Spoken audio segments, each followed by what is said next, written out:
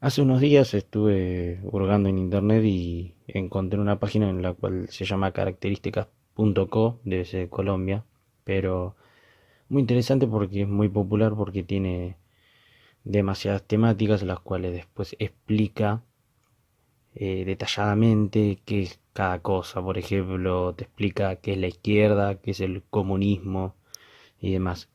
En este caso, explica 10 características de lo que es el nacionalsocialismo y mientras iba viendo punto por punto me daba cuenta de que más allá de que lo explicaba como que era un espacio de extrema derecha y muchos medios lo tomaban como eso, decidí recabar diferentes datos históricos al azar, este, sin profundizar mucho, pero para nombrar y dar a cuenta lo que es una pregunta que siempre me surgió.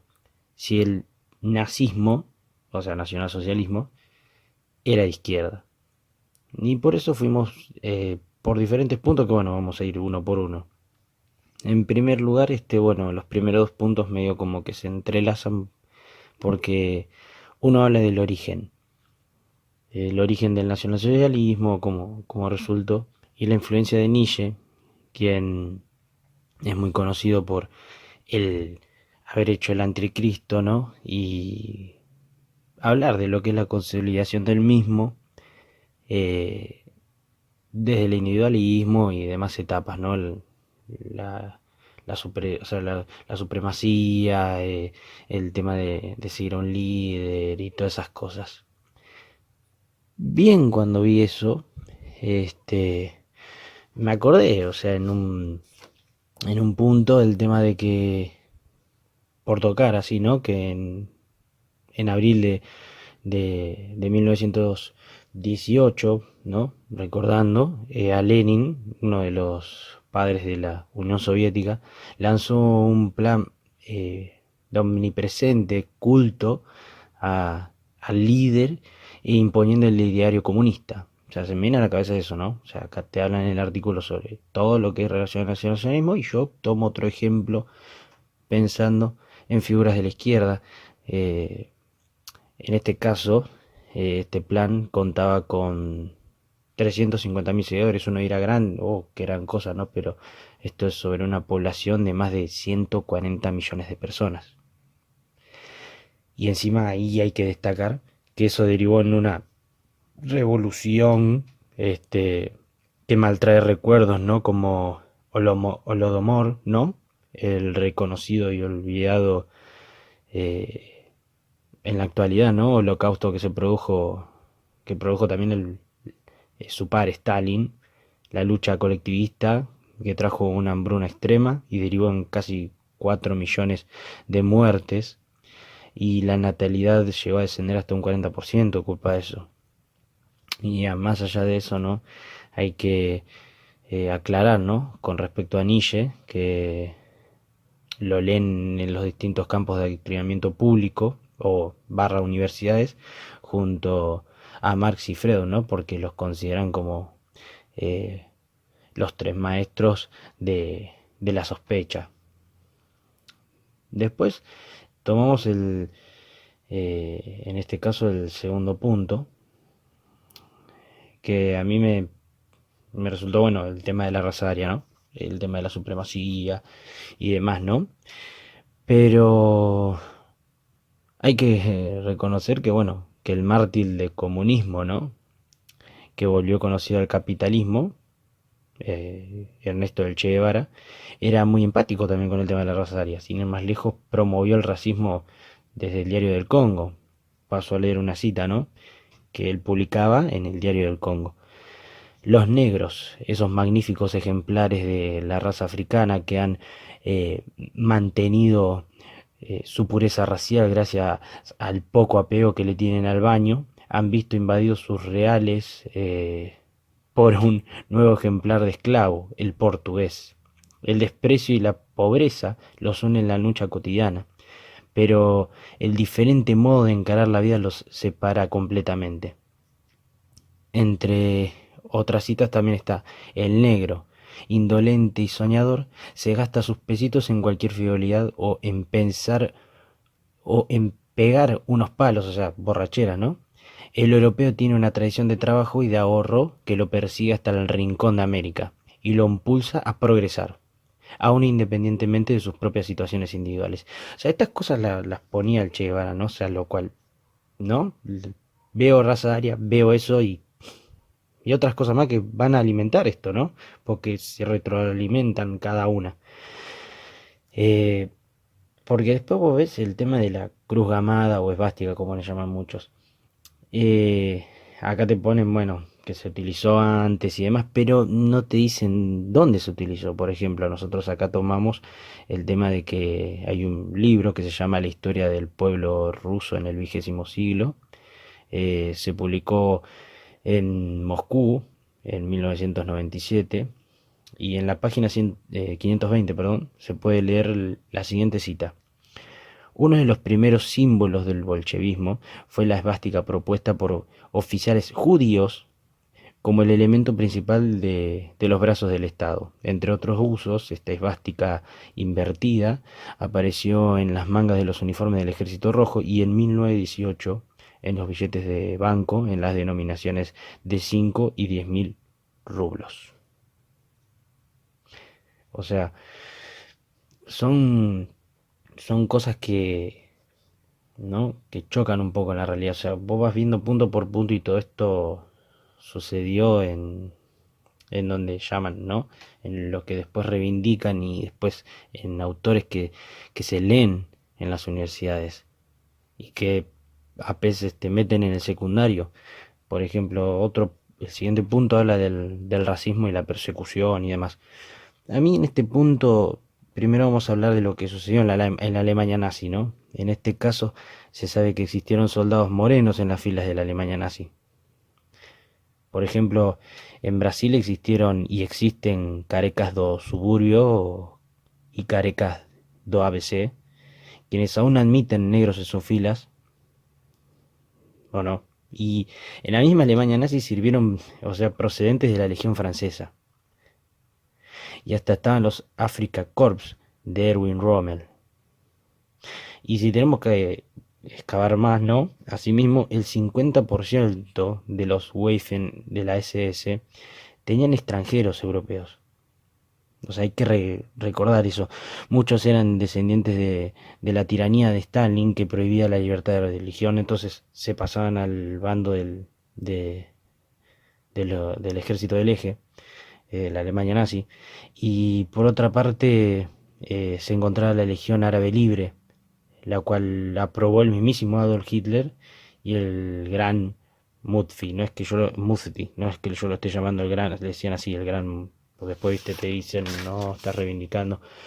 Son datos que uno toma y los lee, entonces viste, también está la historia, bueno, conocida de Chase Owens, el atleta afroestadounidense que participó en los Juegos Olímpicos de Berlín en 1936, quien eh, se celebró en plena Alemania nazi y habló de las plenas libertades con las que contó ahí. O sea, que se podía subir al colectivo, se podía sentar al frente y demás, ¿no? O sea, que lo trataban como uno más.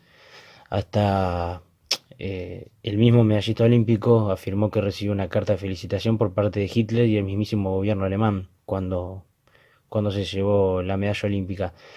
Y además dijo que le estrechó las manos, pero tras las cámaras, y que los mismos alemanes le pedían autógrafos y hasta fue condecorado y que cuando después fue a Estados Unidos ni siquiera lo recibieron en la Casa Blanca. Y tampoco, igual, no vamos a adelantarnos mucho, pero pueden investigar, o sea, lo que era Estados Unidos en aquella época en la cual la desigualdad de derechos que recibía él mismo después era por su color de piel. Pero a pesar de todo esto también del multiculturalismo asiático, afro y árabe en la Alemania nazi, eh, de contraparte en la Unión Soviética, Stalin y Lenin, sin, sin contar Castro y Guevara, que son más contemporáneos, eh, a ver, Castro asimilaba que los homosexuales no eran dignos de ser partícipes del régimen castrista, recordémoslo. Marx, Engels, Mariátegui y demás pensadores Y tienen cartas donde se desacreditaban a Ferdinand Lacalle por su condición racial. Por eso mismo lo comparaban con un primate, se referían a los vascos también como basura racial o a los esclavos como desechos étnicos. Y con respecto a la homosexualidad y la Alemania nazi, solamente dejo un nombre: Ernst Julius Gunther Ramsay, que fue cofundador y comandante en jefe de la SA, que era otro brazo de, de fuerza, de las camisas pardas y demás, y hasta fue ministro sin cartera del gabinete de Adolf Hitler, o sea, para tomar, ¿no? Un- una, una de las tantas, ¿no? Pruebas que podríamos asimilar en este caso. Después te hablan de que era un régimen totalitario, la libertad de derechos individuales y demás, pero recordemos que el Che Guevara declaró en más de una ocasión que la libertad de prensa era innecesaria para llevar adelante una revolución. Hasta declaró ante Naciones Unidas que fusilaban y que lo seguirían haciendo en nombre del castrismo. En Cuba hoy se encuentra en el Código Penal severas medidas que atacan la propaganda enemiga, ¿no? Entre comillas, lo que llaman ellos, que es la oposición. No hay libertad de voces. Llegan a condenar a prisión, o sea, llegaron en su momento a condenar a prisión a Nicolás Márquez por no ser comunista. Y esto se ve en el artículo 321 y 103 del Código Penal cubano, lo cual son un ejemplo de la falta de libertad de prensa, de lo que es un régimen totalitario. En China, plena pandemia, podemos visualizar hechos de censura a bloggers, youtubers, eh, quienes documentaban cómo el gobierno los callaba a punta de pistola. Eso lo mostró, por ejemplo, un youtuber, creo que se llama Dross. Por ejemplo, el caso más conocido en los medios fue de Chen Qiushi, que dejó un video antes de su despedida criticando al gobierno comunista porque mostraba la realidad en videos, y al día siguiente eh, fue puesto en cuarentena por el régimen y sorpresivamente falleció en nada, en una cifra récord. O sea, es lamentable. En Corea del Norte, en Corea del Norte se llegó al desquicio de prohibir la libre circulación de personas extranjeras en el país, a tal punto que te movilizas con un guía que te ponen ellos. No se hacen preguntas ni nada. O sea, no te puedes abstener. Ni siquiera los norcoreanos mismos abandonan el país. El supremo líder Kim Jong-un eh, se llevó a cobrar la vida de su tío, Jang Song-taek, haciéndolo comida de perros hambrientos solamente por mostrarse en algunos actos antiestatales y porque bueno, él lo tomó como traición y se lo dio de comer a los perros. En Venezuela, por ejemplo, no hace falta referir lo que hizo Hugo Chávez o Nicolás Maduro, dos controversiales figuras que llegaron a expropiar empresas privadas por no ajustarse a sus métricas. Bueno, después íbamos a la Unión Soviética, las famosas purgas, para poder llegar al punto álgido de la revolución. Otra mera historia que data en este punto, ¿no? En Argentina, en el caso más de nuestro, o sea, durante la época del gobierno kirchnerista, muchos nombres estuvieron enlistados, ¿no? Con polémicas muertes, siempre a causa de tenencia de información sensible. Por ejemplo, bueno, a ver, Raúl Cacho Espinosa, asesinado tras denunciar a la empresa Conapesa, que era aportante en el 2003 de Néstor Kirchner. Vittorio Gotti, empresario que murió en 2008 de una manera extraña, era un competidor principal y directo contra Austral Construcciones, empresa de Lázaro Báez. Juan Castro, periodista opositor que murió de manera dudosa luego de reunirse en casa de gobierno.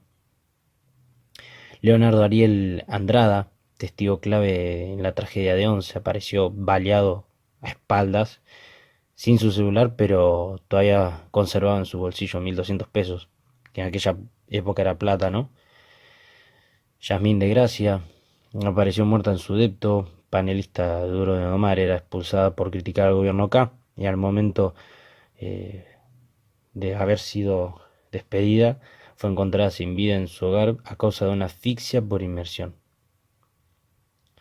Mariana, Mariana Rizzo fue una muchacha, una estudiante que le hizo una pregunta incómoda a Cristina Fernández de Kirchner en Harvard y días después falleció.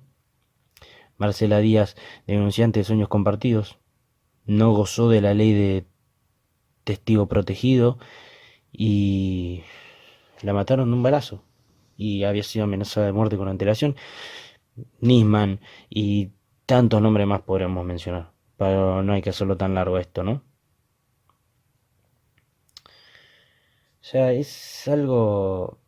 eh, ¿cómo puedo decirlo?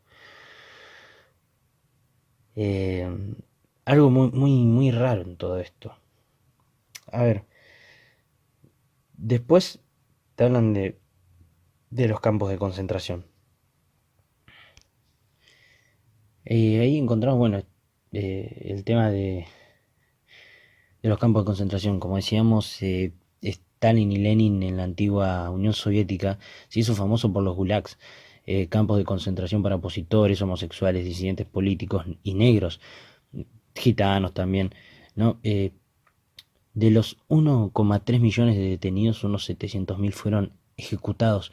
Durante la Revolución Cubana también, por ejemplo, Che Guevara fue comandante de los campos de concentración para disidentes y homosexuales en Guanacavive, en Camagüey. Lo llamaban el carnicero de la cabaña, hasta le afirmó a sus familiares en cartas que le gustaba matar. O sea, toda una máquina de exterminio. Si pasamos a la dictadura de China de Mao Zedong, en donde, a ver, eh, en donde purgaba a quienes no comulgaban con la idea del comunismo. O sea, tras la masacre de Shanghái, inició una guerra civil con invasiones y más purgas. Terminó dictaminando ya unas 65 millones de muertes. Según el historiador Stephen Courtois, que lo terminó informando, documentando. Bueno, y en la actualidad, si vamos a armar la actualidad con el tema de China, tiene activos campos de concentración para reeducar a los musulmanes. Al menos 3 millones de ciudadanos se encuentran privados de su libertad. Y también en la actualidad tenemos en Corea del Norte 16 campos de concentración con más de 348.500 detenidos por no comulgar con las ideas del supremo líder. Hay declaraciones de detenidos que escaparon y contaron las condiciones infrahumanas que se encuentra el lugar. Pero esto está todo documentado, es impresionante que nunca se haga un hincapié en estos pequeños detalles. Por ejemplo, tenemos el caso también, bueno, el otro punto era los partidos únicos. A ver, en la Unión Soviética no hace falta eh, nombrar este caso, el cual está muy claro, pero por ejemplo en Cuba, el sistema unipartidista que implementó el Partido Comunista no deja lugar a que la oposición pueda participar electoralmente, ni siquiera que haya un método de manifestación. Podemos nombrar a Unión Patriótica de Cuba, Somos Más, Cuba Decida, Cuba Independiente y Democrática, Partido Autónomo Pinero, Movimiento Cristiano de Liberación, Movimiento Democracia, Movimiento Femenino de Marta Abreu, Movimiento Nacional de Resistencia Cívica Pedro Luis Boitel, Movimiento Independiente Opción Alternativa. Y en Venezuela, por ejemplo, sucede lo mismo. Tenés muchos por ahí dicen, no, hagan bien en Guaidó y demás, pero sin embargo,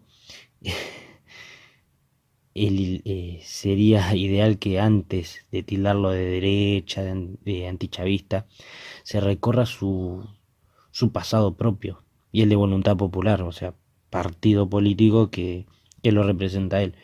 Porque los verdaderos opositores como Unión Republicana Democrática, Opinión Nacional, La Causa Radical, Movimiento de Integración Nacional, Unidad, Convergencia, eh, Movimiento Republicano, Proyecto Venezuela, Fuerza Liberal, Movimiento Popular, Cuentas Claras, son algunos movimientos, o sea, que no pueden participar. Y sin justificación alguna. No pueden ser oposición electoral. Eh, Está bien que Guaidó permitió ahí que, por clamor popular igual, que 20 Venezuela participe, pero es la única oposición, después no tenés más. Bueno, y él ahora que se llama oposición. Si pasamos a Corea del Norte, por ejemplo, está prohibida la participación de una oposición a la de Kim Jong-un. Las elecciones son una parodia porque vas a una boleta única y no hay otro más. O sea, lo más es parecido a un imperio en pleno siglo XXI, cuando llaman imperialistas a la derecha. O sea, bueno, y con el tema de la educación, bueno, ahí tenemos para rato, ¿no? Porque, por ejemplo, acá en Argentina están las aberraciones como samba, la ideología de género, el proceso de organización nacional, el lenguaje inclusivo. Pero allá en Corea del Norte, por ejemplo, se hace excesivo culto al líder con historias irreales, que hizo un hoyo en uno, o sea, de un golpe hizo 18 hoyos en uno, bueno, cosas así. Y hasta se los entrena a los niños para que detesten el capitalismo y a Estados Unidos. Sin, sin justificativos, odienlo. Eh, en Cuba, por ejemplo, bueno, la libertad de prensa ha sido una constante, ¿no? Por el Código Penal, como ya decíamos, lo cual se fomenta en Corea del Norte y en China al día de hoy. Eh, a ver, con esto quiero hablar de los medios de comunicación, ¿no? Porque hablan también eso de la época del nazismo. Por ejemplo, actualmente Argentina copia la censura de intelectuales con operaciones de prensa oficialistas a tal punto de presionar para despidos de periodistas. Vale recordar otras épocas oscuras, ¿no? Con Néstor Kirchner y Cristina Fernández al frente del país. Eh, y tocando solamente eh, estos pequeños puntos, ¿no? O sea, porque son importantes, pero sí, no siguen siendo pequeños, ¿no? Con este tema de, de la derecha y cosas así. Porque dejamos de lado, por ejemplo, el inicio y fundación del fascismo, ¿no? Del Partido Nacional Fascista en Italia, con raíces en el Partido Comunista, su principal base. O por ejemplo que en la URSS, que por un conflicto interno entre Joseph Stalin y León Trotsky se desató una batalla interina antisemita, donde Stalin promovía el patriotismo soviético de preponderancia rusa, entre lo que fueron las purgas de 1937 y 1938, que hubo judíos como víctimas, ¿no? Una enorme cantidad. Pero dejando eso de lado, ¿no? A ver, la realidad es que el comunismo jamás llegó a gobernar un país a través de la democracia. Han sido peores que el nazismo. Es más, todos estos regímenes socialistas en nombre de la revolución han hecho atrocidades peores que la del Tercer Reich, cargando más muertes. El nazismo hasta logró llegar mediante elecciones, partiendo desde la minoría. La izquierda lo hizo siempre desde el monopolio de la violencia y sin siquiera participar. Con esto no quiero decir que uno sea bueno, otro sea malo, ni viceversa, pero no hay que ocultar la verdad ante los ojos. En la actualidad, los sectores de la extrema izquierda no reúnen ni unos pocos votos, hasta con el oligopolio estudiantil universitario. La izquierda se tiene que, o sea, vertida en lo que es el Partido Comunista y el Partido Socialista, para poder llegar a gobernar, han tenido que camuflarse con vergüenza y cabizbajos en coaliciones, eh, o sea, cubridas como el Frente de Todos, Juntos por el Cambio, Cambiemos, eh, Unión Ciudadana. Y tras todas estas declaraciones documentadas, bueno, Frente para la Victoria también, y registradas, se pueden fraccionar dos preguntas para que vos mismo, el que lo escuchás, respondas y te saques tu conclusión. Dos preguntas nada más. ¿La izquierda es nazi? ¿El comunismo es una falaz democracia que pregona ideas las cuales jamás defendió?